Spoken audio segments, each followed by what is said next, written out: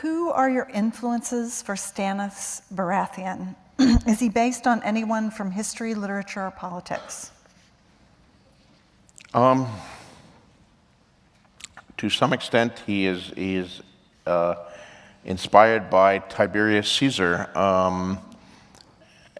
Not necessarily, partly to Tiberius Caesar from history, but to a great extent by Tiberius Caesar as portrayed by, God, I'm blanking on the actor's name, Baker, I believe, in I, Claudius, the incredible British TV series I, Claudius. George Baker, I believe it was, yes.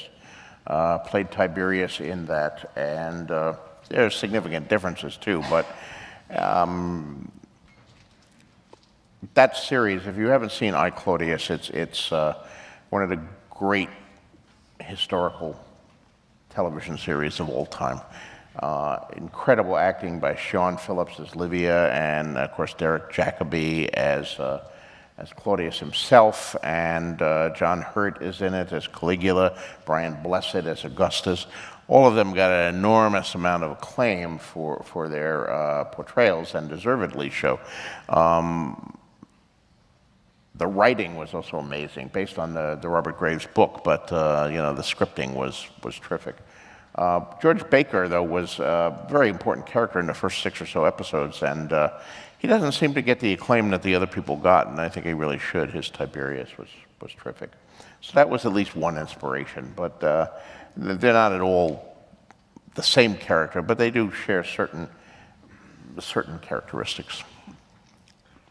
I, Claudius is a BBC historical fiction drama based on the novels of the same name, covering the life and death of the 4th Emperor of Rome, Claudius. As the title of this video suggests, highly influential on one of the biggest shows in TV history, of course being Game of Thrones. Even inspiring one of Game of Thrones' most beloved characters in the book, that being Stannis Baratheon. Though there are other characters who do have similarities, perhaps intentionally or unintentionally, with the series' characters, the 3 most obvious being Joffrey, Cersei, and Tyrion. Joffrey being very similar to Caligula. Both bright blonde-haired, young when they come to power, maniacal, cruel leaders, and do follow through on rash, idiotic decisions. Joffrey killing Ned, and Caligula multiple decisions, like making a horse a senator, or him launching an attack on Neptune, aka the sea. Both being involved in incest, Caligula with his sisters, and Joffrey being a product of it. As well as TV Joffrey looking somewhat similar to young Caligula. Cersei and Livia, both queens who get their husband killed in order to get their son on the throne. And Tyrion and Claudius, both being born to and have a parent dying during infancy, both hated and made fun of throughout their childhood due to their physical ailments, Tyrion being a little person whilst Claudius has a stutter and walks with a limp. Both are highly intelligent and get to high positions of power unexpectedly, and the parent hates them and wishes they weren't born. Even Robert Baratheon and Augustus being similar. Both were revered in their prime, whilst their wives want them to die in order for their son to succeed them. Both sons not being related to the dad, Tiberius being related to Augustus for adoption, and Joffrey being a product of incest unbeknownst to Robert.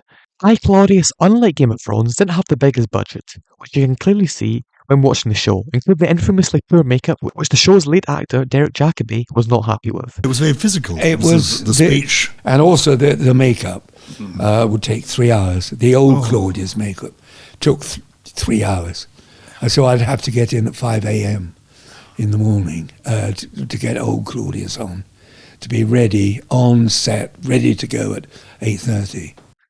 Thus they had to rely on other things, such as the acting, the camera work, walking, and especially writing. Yes. Oh, it was the screenplay. Without a screenplay, you can't do anything. No. You can direct it beautifully, act it beautifully, make it look wonderful, and it's nothing there. Which is an incredible script with some iconic lines, both comedic and serious.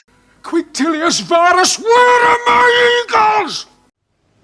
Let all the poisons that lurk in the mud hatch out. That's the terrific work of the writer Jack Tolman, who adapted a previously thought of impossible adaptation to life. As the actors initially, however, struggled with the script, however, were told one key thing. Being frustrated, you know, and not able to use my arms or the togas or anything. And Jack suddenly said, I couldn't write it. So I thought of the mafia. Mafia. Rome. Italy. Thus, the mafia influence on TV went back to even the mid-70s. Now, of course, a great script can make a great series. However, you also need a terrific cast.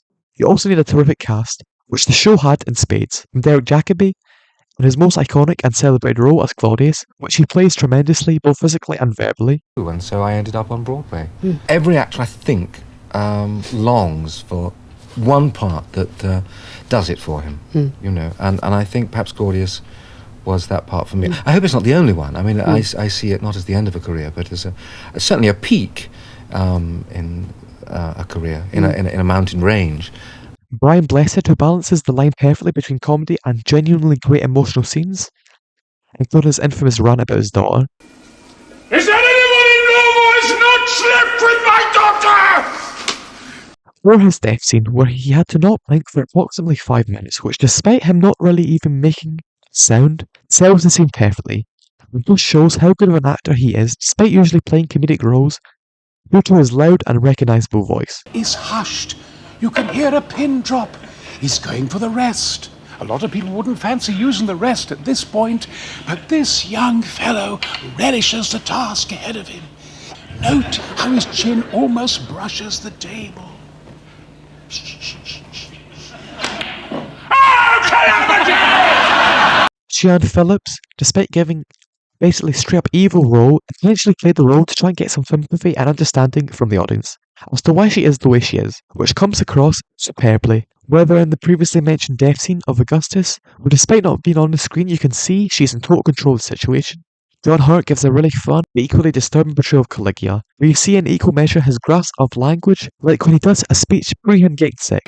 And I went into the emperor's room and he lay tossing and groaning in a nightmare of guilt. And there was a galloping in my head and a pounding. By my orders, the Furies nightly avenge your dear ones while he sleeps. And leave them to their work and him to his torments, the torments of his dreams, and the torments to come in the hereafter. But also his cruelty, post him being sick, wherein he eventually believes he has become a god, and he plays his delusional behaviour very erratically. Still, in my opinion, not over the top enough. It's not believable at all. Like how insane Caligula is portrayed, whether that be his infamous drag performance with Claudius, He once contrived to win a single kiss.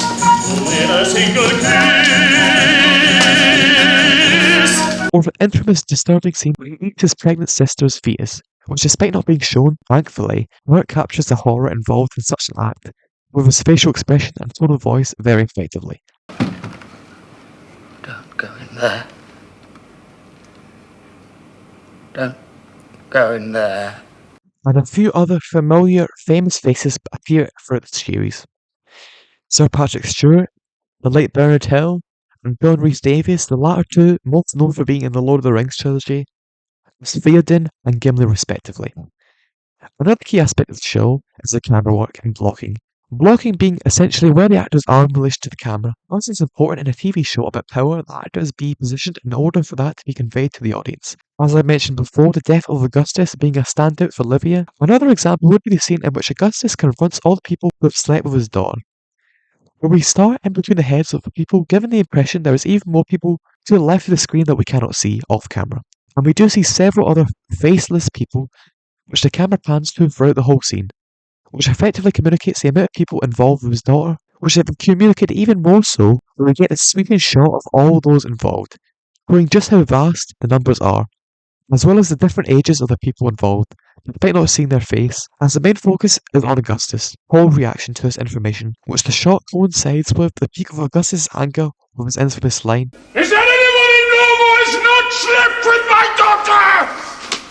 There are many more examples of this throughout the show. Effectively communicate emotional moments, character states of mind. This shot of Caligula, I think, is positioned so as sealing land looks like a crown, and given Caligula believing he's a god, wearing two crowns would follow in line with his character, in my opinion. The crown, which the characters wear, also shows the attitude and power that each respective character has. Augustus doesn't wear it, only in formal occasions, whilst Livia is often shown wearing hers. Caligula is constantly wearing it, due to him constantly flaunting his power. Tiberius wears his not as an ego trip, more of a sense of duty, whilst Claudius is very reluctant to wear it. We also get some occasional POV scenes, most notably during the Patrick Stewart character's Sejanus' death, or during Claudius' final speech to the Senate, where all the people from his past visit him. Not literally, which I think, despite how simple the effect is really effective.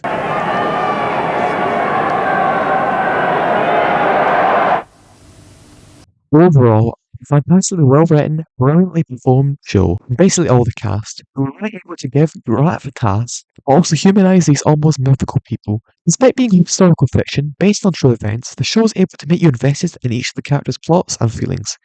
Despite me personally already knowing what would happen, due to being somewhat familiar with this time period of ancient Rome, I was still fully invested, which in my opinion is a sign of an intriguing story. A tremendous piece of historical fiction, a seminal show, and in my opinion, a masterpiece of dramatic television.